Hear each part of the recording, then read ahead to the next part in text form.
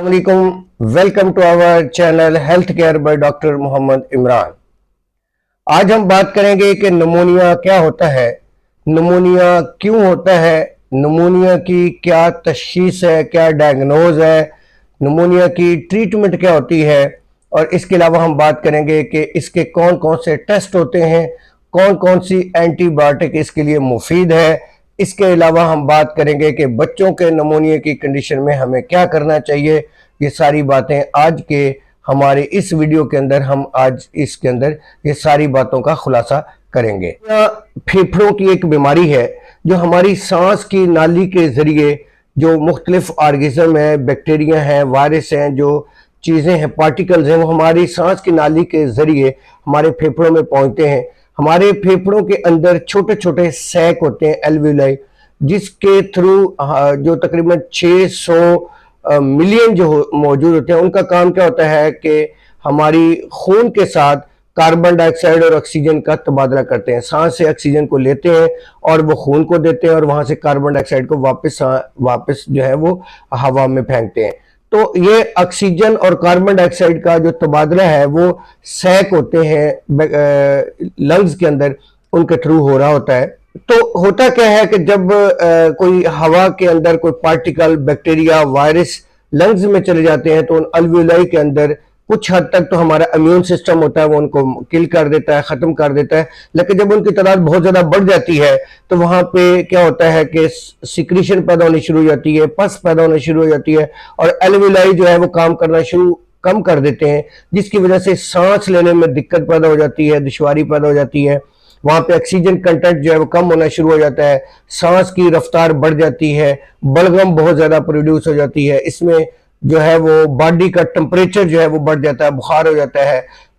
इसके अलावा पसलियां जो है वो खड़खड़ाने लग जाती हैं। इवन के आपको कोल्ड के साथ जो है वो अच्छा खासा टेम्परेचर होना शुरू हो जाता है, खांसी आनी शुरू हो जाती है। और इसके अलावा जो है कुछ लोगों को जो बड़ी एज में उनमें कन्फ्यूजन होनी शुरू हो जाती है, मेंटली जो है वो डिसीजन जो है वो कम होना शुरू हो जाता है। तो जैसे ही आपको ऐसी अलामात शो होती हैं तो आपको सबसे पहले अपने डॉक्टर से कंसल्ट करना चाहिए, क्योंकि डॉक्टर जो है वो आपको फिजिकली मुआयना करके भी बता देता है। काफ़ी हद तक डॉक्टर के पास पहुंचने से 90% डॉक्टर को आइडिया हो जाता है कि आपको निमोनिया हुआ है। इसके अलावा डॉक्टर आपका जो है वो कुछ टेस्ट करवाएगा, टेस्ट से वो जो है वो आपको बता देगा। उन टेस्ट में सबसे जो बेहतरीन टेस्ट है वो चेस्ट एक्सरे है। जो चेस्ट एक्सरे है वो पहला डायग्नोज का जो है वो बेहतरीन तरीका है। एक्सरे के बाद डॉक्टर आपकी जो है वो पल्स रेट, ऑक्सीजन सैचुरेशन का आइडिया लगा सकता है। इसके अलावा डॉक्टर आपसे क्वेश्चन करता है कि क्या कहीं आप हॉस्पिटल से होके तो नहीं है, या हॉस्पिटल में पिछले 48 घंटे से अगर कोई होके आया है और उसके बाद उसे छिंकें आनी शुरू हो गई हैं, या हॉस्पिटल में गया है किसी और बीमारी की वजह से लेकिन उसको वहां पे तो नहीं ऐसा हो गया। क्योंकि निमोनिया जो है फर्दर जो है उसको दो फर्दर क्लासों में डिवाइड कर दिया गया है। एक को कहते हैं हॉस्पिटल निमोनिया और एक को कहते हैं कम्युनिटी अक्वायर्ड निमोनिया। जी, कम्युनिटी अक्वायर्ड निमोनिया और हॉस्पिटल निमोनिया, इनमें फर्क है क्योंकि जो हॉस्पिटल का निमोनिया होता है वो रेजिस्टेंट बैक्टीरिया की वजह से होता है और जो कम्युनिटी है वो डॉक्टर जो है उससे सही अंदाजा लगा लेता है। जब आप उसे पूरा अपना बताएंगे तो डॉक्टर इससे सही तौर पर तशखीस कर सकता है। करते हैं जो कम्युनिटी निमोनिया है वो किन किन वजूहात से होता है। जी, कम्युनिटी निमोनिया बैक्टीरिया भी हो सकते हैं उसके अंदर वायरस भी हो सकते हैं, उसके अंदर फंगस भी हो सकती है। जो बैक्टीरिया है वो मोस्टली उसके अंदर एच इन्फ्लुएंजा और स्ट्रेप्टो निमोनिया यानी स्ट्रेप्टोकोकल बैक्टीरिया से हो सकता है। इसी तरह जो वायरल है वो वायरस से, इन्फ्लुएंजा से हो सकता है। इसके अलावा जो फंगस है, फंगस से हो सकता है जिसमें क्लेमीडिया है या बाकी ऐसे हैं। यानी ये सारे जो है, इसके अलावा किसी और से भी लग सकता है। जब आप किसी गैदरिंग में जाते हैं, वहां से कोई स्नीजिंग कर रहा है तो उसके ड्रॉपलेट जो है उसके अंदर अगर पहले से कोई जरासीम मौजूद है तो आपके सांस की नाली के थ्रू आपके अंदर आ सकता है और आपको जो है वो निमोनिया हो सकता है। आपके बच्चे, खासकर ये वैसे तो सारी एज वालों को हो सकता है, लेकिन बच्चे 5 साल से कम उम्र के और 65 साल से ज्यादा या 60 साल से ज्यादा लोगों को ज्यादा अटैक करता है क्योंकि उनकी इम्यूनिटी जो है वो बहुत कमजोर होती है। वैसे निमोनिया हर एज के पेशेंट को हो सकता है। लेकिन ज्यादा ये लोग जो है वो इसका शिकार होते हैं क्योंकि इनकी इम्यूनिटी जो है वो बहुत वीक होती है। माइकोप्लाज्मा और क्लेमीडिया जो है वो ऐसे टाइप्स के उसकी वजह से जो बैक्टीरिया नमोनिया होता है वो इतना ज्यादा सीवियर नहीं होता, ये ज्यादातर यंग लोगों को होता है और इसलिए इसको अक्सर वॉकिंग नमोनिया भी कहते हैं, यानी ये इसको ज्यादा हॉस्पिटलाइज्ड होने की जरूरत नहीं है। बहुत फ्यू जो है बहुत थोड़ी सी अलामात इसमें ज़ाहिर होती हैं। एक और नमोनिया की टाइप है जिसमें स्ट्रेफ ओरियस है, जिसके अंदर क्या होता है कि एक पेशेंट को ऑलरेडी वायरस का कोई इन्फेक्शन मौजूद है और उसके ऊपर बैक्टीरिया का इन्फेक्शन भी हो जाता है जो कॉम्प्लिकेटेड साबित होता है। स्ट्रेफ ओरियस टाइप करते हैं कि हॉस्पिटल नमोनिया कौन सा होता है। हॉस्पिटल नमोनिया ज्यादातर उन लोगों वो होता है जो रेजिस्टेंट बैक्टीरिया होते हैं, जो जिनके ऊपर एंटीबायोटिक इतनी इफेक्टिव नहीं होती, वो ज्यादातर सोडोमोनास या आपको इकोलाई या एमआरएसए मरसा जिसे कहते हैं हॉस्पिटल होते हैं, उनमें जो है वो विंकोमाइसिन रेजिस्टेंट बैक्टीरिया। इसके अलावा वायरल इन्फेक्शन हो सकते हैं जिसमें पीसीपी है। इसके अलावा नॉन ट्यूबरकुलोसिस जो है नमोनिया हो सकता है जो हॉस्पिटल लोग होते हैं।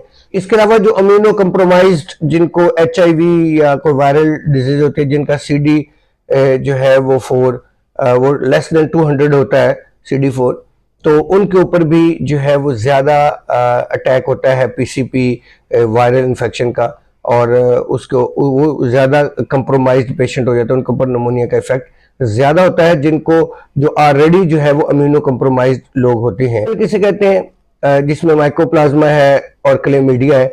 इनको एटिपिकल इसलिए कहते हैं कि जब हम उसकी कल्चरिंग करवाते हैं तो ये आम कल्चरिंग के अंदर ये बिल्कुल अपना रिजल्ट जो है वो अपनी ग्रोथ जो है वो अपनी कॉलोनीज शो नहीं करते, इसलिए इनको एटिपिकल कहते हैं। लेकिन ये चूंकि ज्यादा हार्मफुल नहीं होते, इनके लिए अलग टेस्ट होता है जो माइकोप्लाज्मा और क्लेमीडिया के लिए, वो आम कल्चरिंग के अंदर शो नहीं होते। करते हैं इन्वेस्टिगेशन की। जो इन्वेस्टिगेशन है उसमें सबसे पहला पॉइंट जो एक्सरे है, चेस्ट एक्सरे है।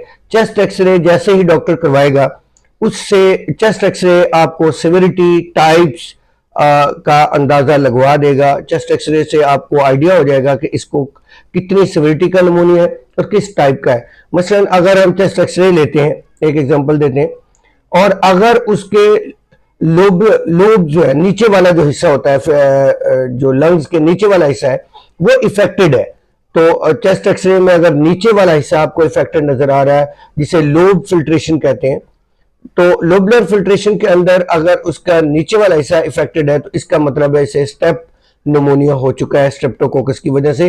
तो डॉक्टर उसकी सिविरिटी और उसकी टाइप का अंदाजा लगा लेता है। इसके अलावा अगर उसकी जो है वो इंटरस्टिशियल फिल्ट्रेशन है, यानी उसके पूरे जो आपका एक्सरे है उसके अंदर थोड़े थोड़े आपको सैक से नजर आ रहे हैं कि पूरी एक जैसा इसके अंदर इन्फेक्शन फैला हुआ है, तो इसका मतलब है ये मोस्टली वायरल हो सकता है, ये इन्फ्लुएंजा की वजह से हो सकता है और ये इन्फ्लुएंजा का ही अलामत हो सकता है। माइकोप्लाज्मा या दूसरा जो क्लेमीडिया है उसका जो एक्सरे आएगा वो इसी तरह का आएगा कि पूरी लंग्स के अंदर जो है वो उसका फैला हुआ होगा। जी, इसके अगला जो है वो है स्पूटम, यानी जो आपकी बलगम है उसका सैंपल लेके उसकी कल्चरिंग करवा के जो है वो पता करवाया जाता है। एंटीबायोटिक स्टार्ट करने से पहले उसकी कल्चरिंग की जाती है कि किस टाइप का जो है इसके ऊपर नमोनिया है। तो बाज़ उसका जो कलर है, जो बलगम का कलर है वो भी हेल्पफुल होता है। अगर फर्ज कर लो वो रस्टी है तो स्ट्रेप्टोनिमोनिया है। अगर वो रेड से कलर का है अगर वो रेड से कलर का है, जेली टाइप है, तो उसे क्लेब्सिलिया टाइप का नमोनिया हो सकता है, उसमें इन्फेक्शन हो सकता है, क्लेब्सिलिया की वजह से ये हो सकता है। तो जो कलर है वो भी आपको हेल्पफुल करता है। स्पूटम के कलर से भी जो है वो डॉक्टर डायग्नोज कर लेता है कि इसको किस तरह का जो है वो सीरम प्रोकैल्सिटोनम लेवल चेक किया जाता है। इसके अलावा सीबीसी जो पूरे ब्लड का टेस्ट है उसके अंदर अगर व्हाइट ब्लड सेल की तरह बढ़ी हुई है तो भी आइडिया हो जाता है कि इसको निमोनिया है। व्हाइट ब्लड सेल में भी न्यूट्रोफिल्स और जो लिम्फोसाइट्स हैं उनके टेस्ट से भी आइडिया हो जाता है कि इसको किस तरह का निमोनिया है। इसी में लिम्फोसाइट की तादाद ज्यादा है तो आइडिया लगाया जा सकता है कि ये टीबी की तरफ की वजह से है। तो इसी तरह सीबीसी से भी। इसके अलावा अगर वायरल है HIV वाला पेशेंट है और उसको वायरल इन्फेक्शन हुआ है और उसकी वजह से नमोनिया है तो उसके लिए PCR है। इसके अलावा माइकोप्लाज्मा और क्लेमीडिया का जो टेस्ट है उसके लिए भी PCR का ही टेस्ट रिकमेंड किया जाता है। उसके लिए क्या होता है कि आपके नोजल के अंदर से जो है वो सैंपल लेके उसका PCR करवाया जाता है। इसके अलावा जो सबसे ऑथेंटिक है लेकिन यूज नहीं होता, सबसे ऑथेंटिक टेस्ट है वो तो सिंपल है कि सिंपल एक्यूरेट और ऑथेंटिक टेस्ट है, लेकिन जो प्रैक्टिस में नहीं है वो ये है कि ओपनली बायोप्सी की जाए लंग्स की और वहां से सैंपल लिया जाए और ड्रग टेस्ट कर दिया जाए, लेकिन ये प्रैक्टिस में नहीं होता, लेकिन ये एक्यूरेट और ऑथेंटिक है। इसके अलावा प्लूरल जो लंग्स के इर्द सोल्यूशंस है उसका सैंपल लिया जाता है। इसके अलावा जो लोग बहुत कॉम्प्लिकेटेड लोग होते हैं जो रिस्पॉन्स नहीं दे रहे किसी एंटीबायोटिक का, उनके लिए जो अमीनो कंप्रोमाइज्ड हैं और जिनका पता नहीं चल रहा होता तो उनके लिए बाज का लेकिन उनका पता चलाना बहुत ज़रूरी है, कॉम्प्लिकेटेड है, तो उनकी ब्रोंकोस्कोपी की जाती है, यानी अंदर लंग्स के अंदर जाके उसका सोल्यूशन लेके और उसको टेस्ट किया जाता है। तो ब्रोंकोस्कोपी से जो है उसका पता लगाना चूंकि ज़रूरी होता है कि ये किस तरह का इनको मसला है, तो उसका टेस्ट जो है वो इसके लिए। इसी तरह जो लेजिनेला है, लेजिनेला की जो वजह है वो ह्यूमिडिफायर जो होते हैं जिनमें वाटर पानी जो है कई कई अरसे से खड़ा रहता है और वो लेजिनेला जो है वो अक्सर उनकी जो ह्यूमिडिफायर अगर आप उसे साफ़ नहीं करते साल साल और उसके अंदर जो पानी है उससे जो निमोनिया होता है उसको लेजिनेला का निमोनिया के लिए जो यूरिन एंटीजन का टेस्ट किया जाता है कि निमोनिया के पेशेंट का क्राइटेरिया कैसे डिफाइन करते हैं। जी, एक क्राइटेरिया जिसे कहते हैं QSOFA क्राइटेरिया, QSOFA क्राइटेरिया, इसमें 3 चीजें मॉनिटर की जाती हैं। नंबर 1 उसका रेस्पिरेटरी रेट। जी, अगर रेस्पिरेटरी रेट उसका ग्रेटर देन 22 है तो उसको नंबर 1 आप दे देते हैं। उसके बाद उसके जो दूसरे नंबर पे है उसका ब्लड प्रेशर आप चेक करते हैं। अगर उसका ब्लड प्रेशर जो है वो लेस देन 100 है तो आप उसको 1 नंबर उसको देते हैं। नंबर 3 उसका जो अगर नंबर 3 पे जो चेक किया जाता है वो उसकी मेंटल हेल्थ है। अगर उसका मेंटल हेल्थ चेंज हो चुकी है तो उसको 1 नंबर दिया जाता है। अगर ये टोटल 3 नंबर बनते हैं, इसके जो टोटल नंबर हैं वो 2 नंबर से ज्यादा काउंट करता है, इट मींस वो हाई रिस्क में है, उसको फौरन जो है वो एडमिट कर लिया जाता है। अगर उसके पॉइंट्स इससे कम है तो उसको उस लिहाज से कैटेगराइज किया जाता है कि इसको घर भेज दिया जाए दवाई देके, या इसको हॉस्पिटल रखा जाए, या इसको आईसीयू में रखा जाए। इसके बाद एक और क्राइटेरिया है जो दूसरे नंबर पे है जी, उसके कहते हैं CURB, कर्ब 65। जी, कर्ब 65 एक क्राइटेरिया है जिसकी बेस पे जो मरीज है उसको तीनों कैटेगराइज में तकसीम किया गया है कि इसको घर भेजा जाए, इसकी कंडीशन क्या है, या इसको हॉस्पिटलाइज किया जाए, और नंबर 3 इसको आईसीयू में किया जाए। तीनों कंडीशन में मेडिसिन भी अलग है, उसका तरीकाकार भी अलग है और उसकी ट्रीटमेंट जो है टोटल जो सबसे पहले क्राइटेरिया जो है वो डॉक्टर डिफाइंड करता है कि मरीज कौन से क्राइटेरिया में फॉल करता है। जी, कर्ब से सी से मुराद एक कन्फ्यूजन। जी, अगर मरीज कन्फ्यूजन का शिकार है यानी मेंटली उस अल्टर हो चुका है, कन्फ्यूजन है, तो C फॉर कन्फ्यूजन है, इट मींस उसको 1 पॉइंट देंगे। जी, नंबर 2 पे है यूरेनिया, U फॉर यूरेनिया है, अगर उसका BUN ग्रेटर देन 20 है तो उसको भी आप 1 नंबर देंगे। R फॉर रेस्पिरेशन है, अगर उसकी रेस्पिरेटरी जो है वो ग्रेटर देन 30 हो गया है तो उसको 1 नंबर देंगे। जी, उसके बाद B फॉर ब्लड प्रेशर है, अगर उसका सिस्टोलिक और डायसिस्टोलिक जो है वो 90 और 60 से कम हो गया है तो उसको आप 1 पॉइंट देंगे। इस बेस पे अब आपने उसको डिवाइड करना है। ये टोटल 4 पॉइंट्स है। इसमें अगर कोई मरीज 0 से 1 पॉइंट लेता है तो इसका मतलब है वो मिल्ड या नॉर्मल निमोनिया का शिकार है, उसे आप मेडिसिन देके घर भेज देते हैं जिसमें आप नॉर्मल एंटीबायोटिक्स और जो पेन किलर है और बाकी मेडिसिन देके उसे घर भेज देते हैं। अगर वो पेशेंट 2 से 3 पॉइंट उसके बनते हैं तो उसको आप हॉस्पिटलाइज करते हैं और उसको स्पेशल अटेंशन की जरूरत होती है, और अगर वो ग्रेटर देन 3 है तो उसको फौरन आईसीयू में देते हैं और उसको ऑक्सीजन कंटेंट देने की जरूरत होती है। ऑक्सीजन सैचुरेशन उसकी ड्रॉप हो चुकी होती है, उसको फौरन जो है वो ऑक्सीजन देने की जरूरत होती है और उसको बाकी जो है वो स्पेशल अटेंशन की बहुत ज्यादा जरूरत होती है, क्योंकि वो सिवियर और क्रिटिकल कंडीशन में चला जाता है। और क्राइटेरिया भी है PSI क्राइटेरिया, जो नेट पे उसका बहुत ज्यादा डिटेल में लिखा हुआ है, उसको भी आप देख सकते हैं। उसके बारे में बड़े डिटेल में है कि निमोनिया के पेशेंट को कैसे कैसे उसको उसके कौन कौन से टेस्ट और कौन कौन सा क्राइटेरिया देखा जा सकता है। मार्कर 65 जो है वो 0 से 1 तक है। उसको आपने जो आउट पेशेंट है उसको आपने चूंकि घर भेजना है, तो उसको डॉक्टर मोस्टली जो है अजिथ्रोमाइसिन देंगे। अजिथ्रोमाइसिन के साथ डॉक्सीसाइक्लिन जो लोडिंग डोज है वो 200 मिलीग्राम है। उसके बाद 5 दिन के लिए 100 मिलीग्राम वंस अ डे आपने देनी होती है। अगर कोई अजिथ्रो नहीं ले सकता तो उसके साथ क्लेथ्रोमाइसिन ले सकता है।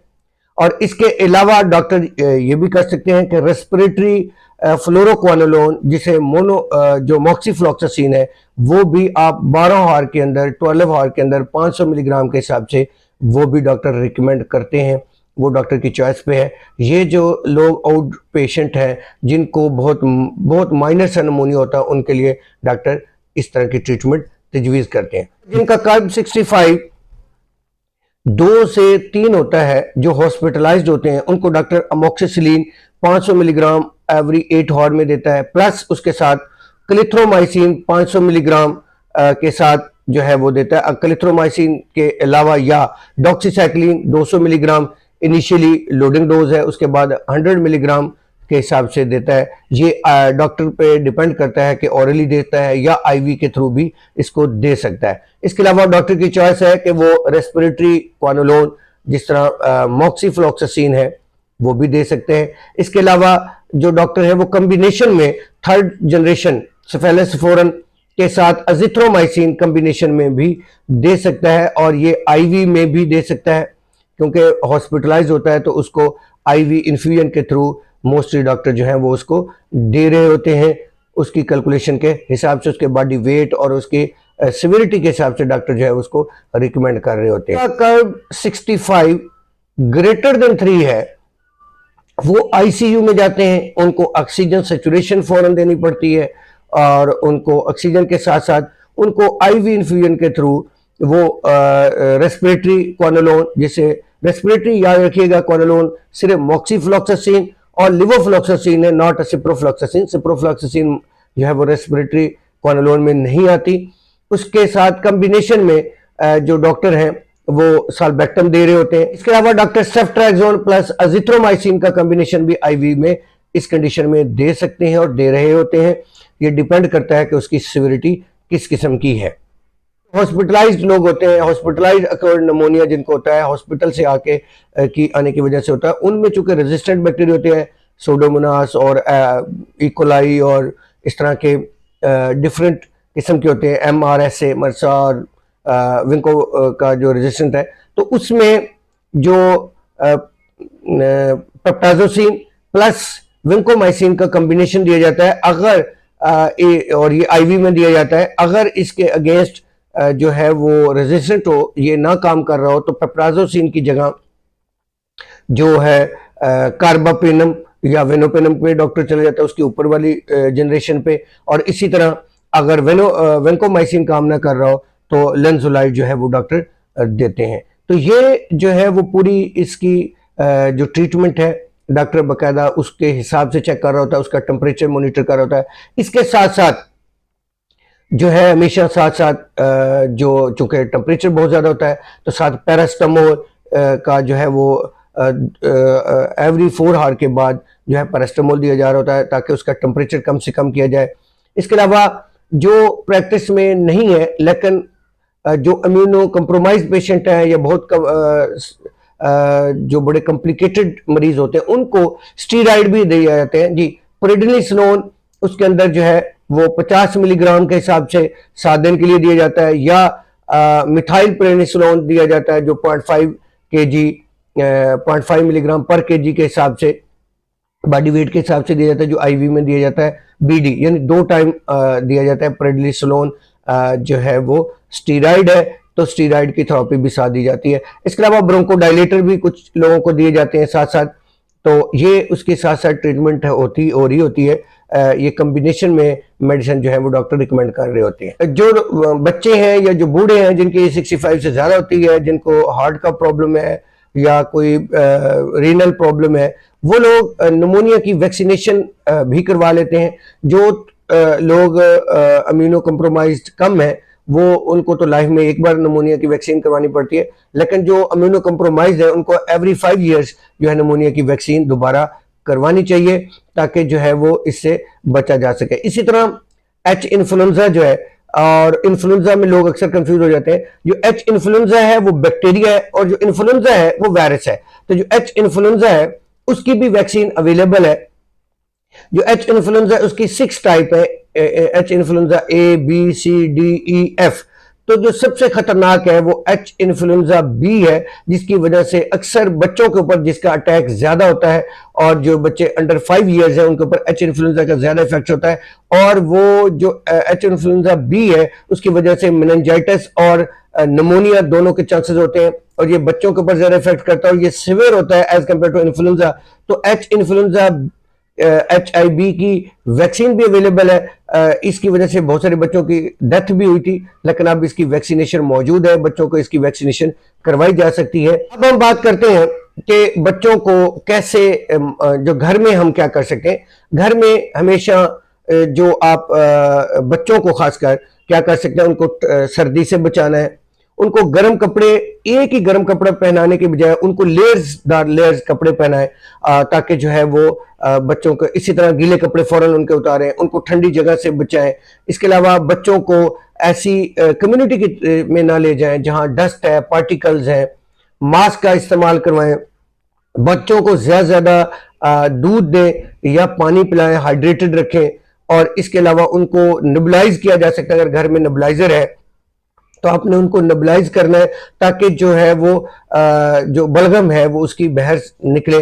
और कभी भी सिरप ऐसा नहीं पिलाना बच्चों को, खासकर जो डिप्रेसेंट है। बहुत सारे लोग जो है वो खांसी को सप्रेस करने वाले सिरप दे देते हैं, वो खतरनाक है। खांसी को, हल्की हल्की खांसी को आने देना चाहिए ताकि जो स्पूटम है, जो पार्टिकल्स हैं वो बाहर निकले, ताकि वो जो इन्फेक्शन है वो लंग से बाहर निकले, लंग्स उससे खाली हो और साफ हो।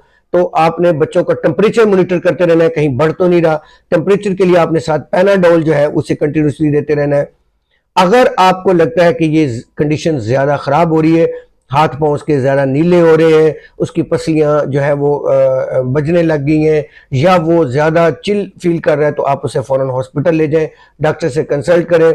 उसको ऑक्सीजन की जरूरत हो सकती है, उसको जो है वो बाकी एंटीबायोटिक्स, चूंकि एंटीबायोटिक्स आपने खुद से नहीं देना, डॉक्टर आपको जो रिकमेंड करेगा आपने वो वाले एंटीबायोटिक देना है। बच्चों को आपने, आजकल मौसम आ रहा है, निमोनिया से जरूर बचाना है। बड़ों को भी, बड़ों को और बच्चों के ऊपर ज्यादा इफेक्ट्स होता है, इसकी वैक्सीनेशन भी करवाई जा सकती है। तो बच्चों को आपने हमेशा सर्दी से इसी तरह बचाना है। इसी तरह बच्चों को जब नहलाना है तो सारे कपड़े एकदम, या उसकी जब डायपर वगैरह चेंज करना है तो सारे कपड़े नहीं उतार देने, उनको कवर रखना है, कवर करके आपने उनके कपड़े वगैरह चेंज करने हैं। तो बच्चों की एहतियात करनी बहुत जरूरी है। इसी तरह उनको दूध पिलाना है तो आपने उसे नीम गर्म करके दूध पिलाएं, बिल्कुल ठंडा फ्रिज वाला दूध, या कोई ऐसा कोई भी चीज़ बिल्कुल ठंडी ना दें जिससे जो है बच्चे का जो चेस्ट है वो ज़्यादा इन्फेक्शन में चला जाए या उसका प्रॉब्लम हो सके। तो जी, हमारा मकसद आप तक आगाही था। आपका, हमारा मकसद यही था कि आपको निमोनिया के बारे में बताया जाए ताकि आप और आपकी फैमिली, आपके बच्चे इस बीमारी से महफूज रहें। आप महफूज रहेंगे तो हम सब का मकसद इंशाल्लाह पूरा होगा। हमारा मकसद आपकी रहनुमाई करना, आप तक अच्छी से अच्छी रिसर्च बेस पहुंचाना है। बहुत शुक्रिया, थैंक यू।